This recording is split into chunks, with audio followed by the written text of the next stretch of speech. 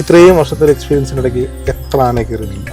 ആനകള് കുറച്ച് ആനകളെ കൊണ്ടു നടന്നിട്ടുണ്ട്. ഉണ്ട് ഉണ്ട്. അതിൽ പേരെടുത്ത് പറയാൻ പറ്റുന്ന? പേരെടുത്ത് പറയുന്നത് രാമേന്ദ്രൻ.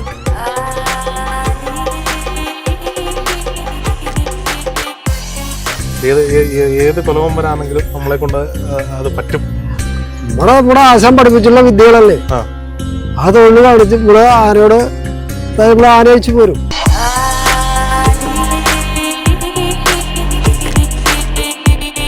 ആശാനെ പോലുള്ളവർക്കൊക്കെ ഇച്ചിരി ഒലിച്ചാലും പരിപാടി എടുക്കുന്നതിന് വലിയ ബുദ്ധിമുട്ടൊന്നും ഇല്ലാത്ത ആനകളായിട്ടാണ്. ഇന്നത്തെ നിയമത്തിന് പറ്റില്ല. പഴയകാലത്ത് ആന താടമുട്ടി ഒലിച്ചാലും പഴയകാലത്ത് പരിപാടി എടുക്കാം.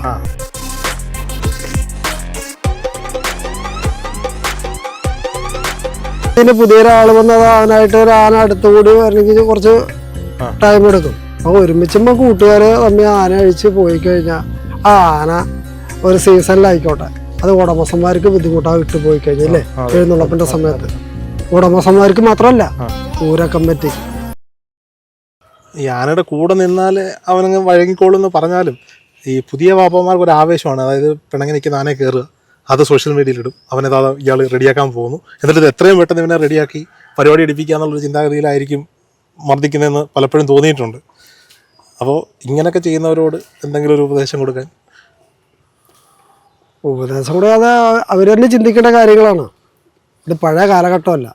നമ്മളെ ആവശ്യമില്ലാതെ ഒരു അടിയോ വല്ലതും കൊടുത്തു വെച്ചാൽ എല്ലാവരുടെ അടുത്ത് ഫോണും കാര്യങ്ങളും ക്യാമറയും ഒക്കെ ഉള്ളതാണ്. അത് ഓരോ ടീമുകളെടുത്ത് ഇടും, അത് വിഷയാവും. തെറ്റ് ചെയ്ത് അടിക്കണം, അടിക്കാതെ പാവില്ല. അടി കൊടുക്കണമെന്ന് ആനകളെ കൊണ്ടു നടക്കാൻ കഴിയില്ല. തെറ്റ് ചെയ്ത് അടിക്കണം. നമ്മുടെ മക്കളെ നമ്മൾ ചെയ്യില്ലേ?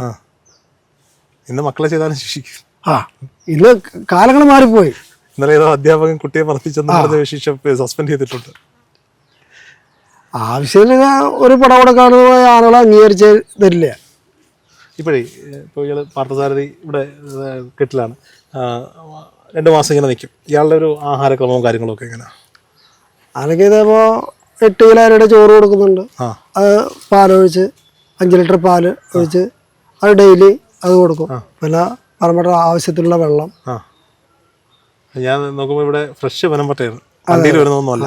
പാലക്കാടിൻ്റെ ഒരു സുഖമാണ്. ഇവിടെ തന്നെ വെട്ടാൻ കിട്ടും, വെട്ടിക്കൊണ്ടുവന്ന് 2 ദിവസം 3 ദിവസത്തേക്കുള്ള പട്ടയെ വെട്ടുള്ളൂ. എന്താ വെച്ചാൽ പട്ട കരിഞ്ഞു പോകണ്ടാവണ്ടേ, അങ്ങനെ വെട്ടിട്ടേ കൊടുക്കുള്ളൂ. ഇയാൾ മൊത്തത്തിൽ എങ്ങനെയുണ്ട് ബാക്കിയുള്ള ആളുകളോട്? എറിയൊക്കെ ഉണ്ടോ അടുത്തില്ലോ? മതപ്പാട് കാലത്തെ ശല്യാണ്. നമ്മളിപ്പോ കുറച്ച് ദിവസമേ ആയിട്ടുള്ളൂ തോന്നുന്നു കെട്ടിയിട്ട്. ഇവിടെ നിൽക്കുന്നോണ്ട് ഇത്രയും ദിവസം ചേട്ടനും നമ്മളെ രണ്ടാമനും അപ്പുറത്ത് നിൽക്കുന്നോണ്ടായിരിക്കും നല്ല സൗമ്യമായിട്ട് നിൽക്കുന്നുണ്ട്. എന്നിട്ട് അല്ല, മതപ്പാട് കാലഘട്ടം എന്ന് പറഞ്ഞാൽ സർവ്വ ജീവജാലങ്ങളെയും മറന്ന് അവനെ മതവിദ്വാനായിട്ട് നിൽക്കണല്ലോ, അതല്ല എൻ്റെ ഇത്. അതെ, നമ്മളെയും ഇപ്പോ ഓക്കെയാ, കുറച്ചുകൂടെ മുന്നോട്ട് അവന് സ്വാതന്ത്ര്യം കിട്ടുന്ന സമയമാണല്ലോ. എന്തൊക്കെയോ പിന്നെ നേരത്തെ ഒരു കുഞ്ഞ് പീസ് എടുത്ത് ഇങ്ങോട്ട് എറിഞ്ഞായിരുന്നു. ഓക്കെ, അപ്പോഴേ ഈ ഇത്രയും വർഷത്തെ എക്സ്പീരിയൻസിനിടയ്ക്ക് എത്ര ആനയെ കയറിയിട്ടുണ്ടാവും? ആനകള് കുറച്ച് ആനകളെ കൊണ്ടു നടന്നിട്ടുണ്ട്. ഉണ്ട് ഉണ്ട്. അതിൽ പേരെടുത്ത് പറയാൻ പറ്റുന്ന? പേരെടുത്ത് പറയുന്നത് രാമേന്ദ്രൻ, തിരുവാണിക്കാവ് രാജഗോപാലൻ, ശരണയ്യപ്പൻ, ചെറുപ്പുളശ്ശേരി പാർത്ഥൻ, ദീപയ്യാന, പാർത്ഥസാരഥി. പിന്നെ ആശാന്റെ കൂടെ ഒരുപാട് കാലം നിന്നിട്ടുള്ള നായരമ്പലത്തിൽ അന്ന് ശിവാജിയാനൊക്കെ ഉള്ള കാലഘട്ടം. നായരമ്പലത്തെ ശിവാജിയാന, ഗുരുവാരിക്കേശം പടമൊക്കെ അഭിനയിച്ച ആനൊക്കെ ഉള്ള കാലഘട്ടങ്ങളാണ്. അവിടെ നായരമ്പലം പൽപ്പന പടം ഷൂട്ടിംഗ് നടക്കുന്ന സമയത്തുണ്ടോ? ഇല്ല ഇല്ലില്ല. അപ്പൊ അവിടെ നിന്ന് പോരുന്നു. എന്റെ കുട്ടിക്കാലം നിന്നത് മൊത്തം പേരുള്ള ആനകളുടെ കൂട്ടത്തിലാണ്. അത് പണ്ടും ഇപ്പോഴും. ഇതില് പിന്നെ ഏതെങ്കിലും ഒരു ആനയിൽ നമ്മൾ പോകാൻ നിർബന്ധിതരാകുമല്ലോ ചില മുതലാളിമാർ, ചില ആളുകളൊക്കെ പറയുമ്പോൾ ഇച്ചിരി പ്രശ്നക്കാരനായിട്ട് നിൽക്കുകയാണ്, മണിച്ചേട്ടൻ വരണം എന്ന് പറഞ്ഞ് വിളിക്കും. അങ്ങനെ ഒഴിവാക്കി വിട്ട ആന ഏതെങ്കിലും ഉണ്ടോ? ഇല്ല ഇല്ല, ഒന്നുമില്ല.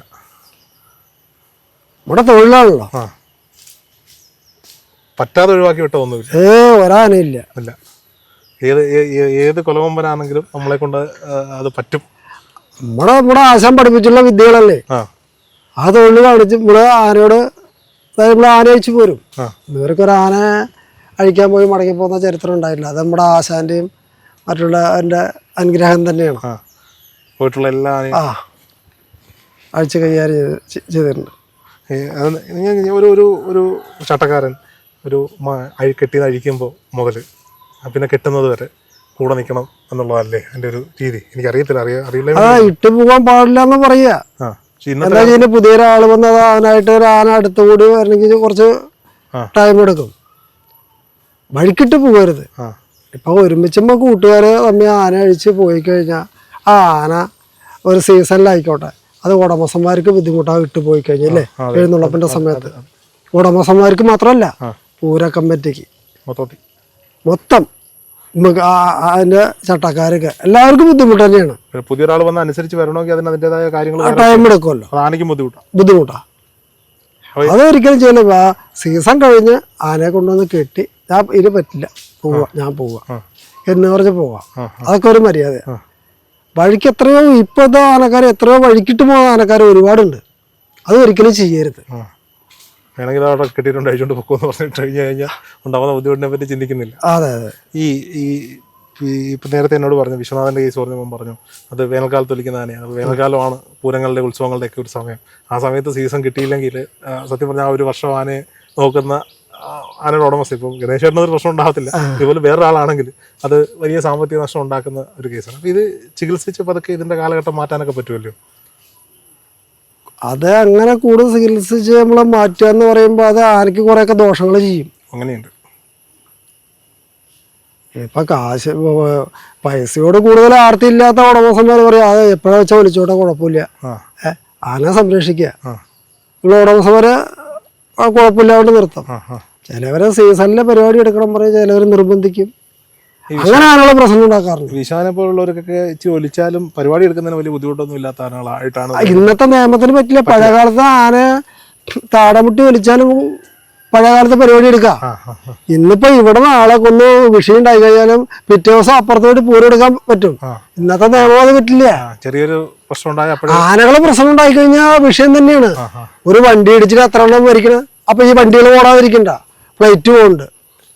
തകർന്ന പല ആൾക്കാരും പ്ലേറ്റ് നിർത്തണ്ട. പല ഈ മോട്ടോർ വാഹനങ്ങളും പലതും ഒരു അപകടം പറ്റുന്നത് നിർത്തലാക്കണില്ലല്ലോ. ആന എന്തെങ്കിലും ചെറിയൊരു വിഷയം ഉണ്ടാക്കിയ അതിനെ അപ്പൊ തളച്ചിട്ടു ഇറക്കാൻ പാടില്ല. ഇപ്പോഴത്തെ നിയമം, പഴയകാലത്ത് ഇതൊന്നുമില്ലല്ലോ. ഈ കാട്ടിലെ ആളുകൾ എന്തെല്ലാം വിഷയങ്ങൾ ഉണ്ടാക്കുന്നത് നാട്ടിലേക്ക് ഇറങ്ങിയിട്ട്. അതൊന്നും ഒരു വാദകമല്ല, ആളെ കൊല്ല. അതിനൊരു സ്റ്റേ ഇല്ല. അതിലെങ്ങനെ വേണമെങ്കിൽ നടക്കാൻ. നാട്ടാനയ്ക്ക് പല വിഷയമായി കഴിഞ്ഞാൽ ചെറിയൊരു പ്രശ്നമായി കഴിഞ്ഞാൽ 15 ദിവസം അവിടെ നിർത്തിക്കോളും. നമ്മളോട് വന്ന് പറയണോ, ആ ഉദ്യോഗസ്ഥന്മാരെ പറഞ്ഞിട്ട് കാര്യമില്ലല്ലോ. നിയമമാണ്. അവരെ കുറ്റം പറയാൻ പറ്റില്ല. അവർക്ക് ഈ പറഞ്ഞ കാര്യങ്ങൾ ചെയ്യാണ്ടിരിക്കാനും പറ്റില്ല. ഇപ്പോ ആനയും വേണ്ട, റോബോട്ട് ആനകളെന്നും പറഞ്ഞ് കുറെ സംഭവങ്ങൾ ഇറങ്ങുന്നുണ്ട്. ആനയെ വേണ്ട എന്നാണ് ചിലർ പറയുന്ന നിലപാട്. അത് പറയുന്നവർക്ക് ഈ ആനയോടുള്ള ഈ ആനപ്രേമി അല്ലാത്ത വ്യക്തികളത് പറയണേ. ഈ അമ്പലങ്ങളിൽ ആ പഴയ കാലങ്ങളൊക്കെ നമ്മളൊക്കെ ജനിക്കുന്നതിന്റെ മുന്നേ പഴയ കാലഘട്ടങ്ങളിൽ ഉള്ളതാണ് ഈ ആചാരങ്ങള്. ഇതൊക്കെ മുടക്കാൻ പറ്റുമോ? റോബോട്ടാണ് അവരവരുടെ വീട്ടിൽ കൊണ്ട് എഴുന്നള്ളിച്ചോട്ടെ. അമ്പലങ്ങളിലെ ചടങ്ങുകൾ മാറ്റി വയ്ക്കാൻ പറ്റുമോ? പറ്റത്തില്ല. എന്നിട്ട് പല അമ്പല കമ്മിറ്റിക്കാരും ഇതിനെ പ്രോത്സാഹിപ്പിക്കുന്നു എന്നുള്ളതാണ്. അത് ഈ വരവും ഈ പല പൂരങ്ങളുള്ളത് അമ്പലങ്ങളിലെ പൂരങ്ങളാവില്ലേ, അത് വെറുതെ അവര് ഷോന് കൊണ്ടുപോകുന്ന പൂരങ്ങളാവും. ചടങ്ങ് നടക്കണ അമ്പലങ്ങളിലൊന്നും പറ്റില്ല. ആനയ്ക്ക് ആന തന്നെ വേണം. ആനയ്ക്ക് ആന തന്നെ വേണം. ഈ ഇടയ്ക്ക് വെച്ചിട്ടുണ്ടായിരുന്നു ആന കുറച്ചു കാലത്തേക്ക് അന്യ സംസ്ഥാനങ്ങളിൽ നിന്ന് ലീസിന് കൊണ്ടുവരാൻ പറ്റുന്ന ഒരു നിയമം വരാൻ പോകുന്നു എന്നൊക്കെ പറഞ്ഞു. കുറച്ച് ആനകളൊക്കെ വരുമെന്നൊക്കെ പ്രതീക്ഷയാണ്. പക്ഷെ നമ്മൾ കേട്ടത് ഇവിടുത്തെ പല ആനകളെയും പുറത്തോട്ട് കൊണ്ടുപോകുന്ന ഒരു പരിപാടിയാണ് ആ ഒരു ഓർഡറിന്റെ പിന്നാലെ ചില മുതലാളിമാർ ശ്രമിച്ചത്. അപ്പോൾ കൂടുതൽ ആനകൾ കേരളത്തിലേക്ക് വരണം എന്നാണോ ഇത്രയും വർഷത്തിൽ ഈ ഒരു മേഖല നിൽക്കുന്ന ഒരാളെന്ന നിലയിൽ പറയുന്നത്? ആനകൾ വരണം. ആനകളൊക്കെ നഷ്ടപ്പെട്ടു പോവാ. ഓരോ അമ്പലങ്ങളിലും ഓരോ ചടങ്ങുകളും കാര്യങ്ങളും നടത്താൻ ആനകൾ വേണ്ടേ? ഈ തൊഴിലാളികൾക്കൊരു പണി വേണ്ടേ? ഇത് സർക്കാർ വിചാരിച്ചാലും നടക്കുമോ? എത്ര പാവപ്പെട്ട കുടുംബങ്ങളത് ജീവിച്ചുകൊണ്ട് ഇതാണ്. ഇതൊന്നും ഇല്ലല്ലോ. ആനകൾ വന്നാലേ അവർക്ക് ജീവിക്കാൻ പറ്റുള്ളൂ. ആനയായിട്ട് ബന്ധപ്പെട്ട് ഒരുപാട് തൊഴിലാളികൾ ഇന്ന് വീട്ടിലിരിപ്പാ, പണിയില്ല. നല്ല നല്ല പാപ്പാമാര് വീട്ടിലിരിക്കുക. ആനകളൊക്കെ പോയി തുടങ്ങി. ആനകളെ വരണമില്ല.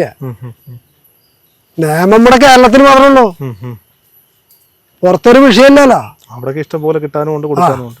എന്നാലും ഇപ്പോഴും കൈമാറ്റങ്ങൾ നടക്കുന്നുണ്ട്. ഇപ്പൊ രാജശേഖരനാനെ, ബാബു നമ്പൂതിരിയുടെ ആനെ മറ്റേ എന്താണ് കാളിയാർമടങ്കാർ വാങ്ങി, കാളിയാർമടൻ രാജശേഖരനായി.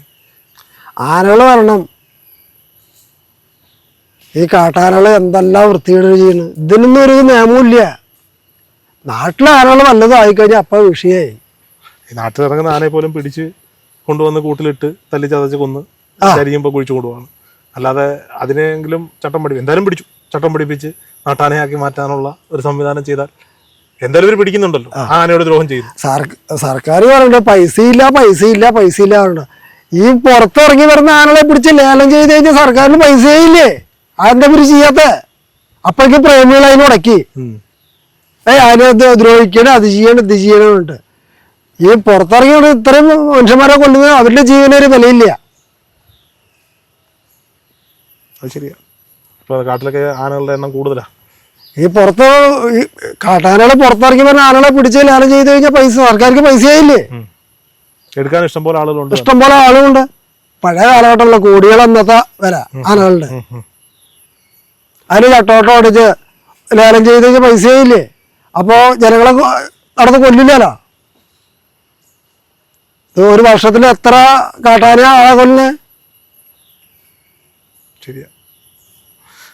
ഓക്കെ മണിച്ചേട്ടാ, എന്തായാലും ഇത്രയും സമയം നമ്മളോട് ഈ ആനവിശേഷങ്ങളൊക്കെ പങ്കുവച്ചാൽ നന്ദിയുണ്ട്. സന്തോഷം.